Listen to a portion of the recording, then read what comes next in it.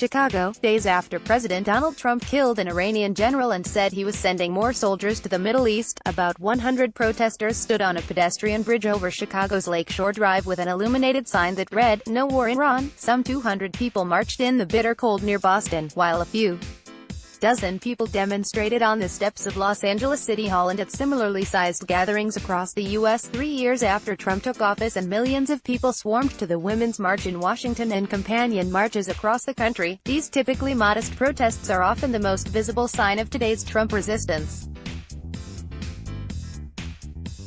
Activists say the numbers should not be mistaken for a lack of energy or motivation to vote Trump out of office come November. The anti-Trump movement of 2020, they say, is more organized and more focused on action. Many people have moved from protesting to knocking on doors for candidates, mailing postcards to voters, advocating for specific causes, or running for office.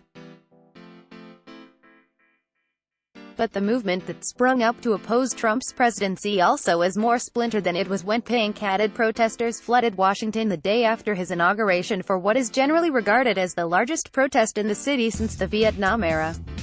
There have been schisms over which presidential candidates to back in 2020, as well as disagreements about race and religion and about whether the march reflected the diversity of the movement. Those divisions linger even as many on the left say they need a united front heading into November's election. The disputes led to dueling events in New York City last year, the resignation of some National Women's March leaders and the disbanding of a group in Washington state. Organizers expect about 100,000 people across the country to participate in this year's Women's March, which is scheduled for Saturday in over 180 cities. They say up to 10,000 people are expected at the march in Washington, far fewer than the turnout last year, when about 100,000 people held a rally east of the White House. Instead of a single big event, the group has been holding actions in a run-up to the march this week around three key issues: climate change, immigration and reproductive rights. The week reflects that the movement is moving into the next stage, said director Caitlin Breedlove. Leaders of MoveOn.org, which organized some of the anti-Iran war protests, agreed. Mobilization manager Kate Alexander said the group and its members pulled together over 370 protests in 46 states in less than 48 hours to show resistance to Trump's actions. The president ordered airstrikes that killed General Qasem Soleimani, the head of Iran's Quds Force, who has been blamed for deadly attacks on U.S. troops and allies going back decades. Iran pledged retribution, sparking fears of an all-out war. Alexander noted that the Iran protest is just one of many issues MoveOn members have organized in response to in the past few years. It's not that there are fewer people mobilizing, it's that they're mobilized in different campaigns. There's more to do, Alexander said. I don't believe people are tuning out. I think people are lying in wait. While waiting, many have passed on some major moments in Trump's presidency. Resistance groups rallied on the eve of the House vote for impeachment, but even some of those who participated said they were disappointed more people didn't turn out. Several organizations also said much of their organizing is done through social media or text message and email programs, which are less visible but have a significant impact. In 2018, the Women's March had over 24 billion social media impressions, Breedlove said. Atef said, a sociology professor at the University of Illinois at Chicago, said all social movements evolve over time.